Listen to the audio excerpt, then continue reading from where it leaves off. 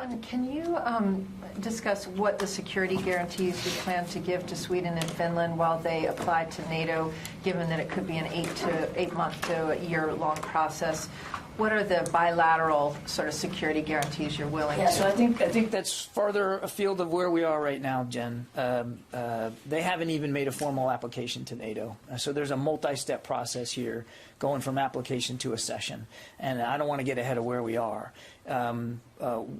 What I said last week applies today. These are two countries with modern militaries. They're two countries that we have operated and exercised with. We know them, they know us. From just a bilateral U.S. relationship perspective, there's a level of comfort there, and we're confident that should there be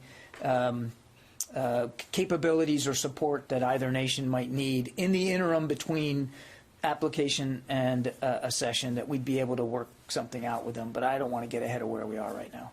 And what is your reaction to Putin's response to their informing him that they will likely apply for NATO? I think, look, I'd let Mr. Putin speak for himself. I don't think there was a great shock or surprise that the Russians reacted the way they did about the news of these two countries wanting to join NATO.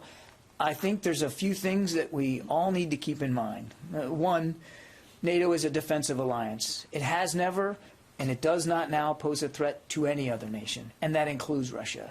Two, it's not up to Mr. Putin or any other third party to get a veto on whether a nation joins NATO or not. That is between that nation and the other members of NATO to decide. And again, there's a multi-step process here. Three, I think we need to remember who is actually the aggressor here and whose actions probably are motivating those two nations to want to join NATO, and that's Mr. Putin and Russia themselves. They made a decision to invade Ukraine, a nation which also posed no threat to anybody. They made a decision to jump in there with hundreds of thousands of troops, or more than 100,000 troops. And they're the ones prosecuting this war in an utterly brutal way. And all of that can stop right now if Mr. Putin made the right decision.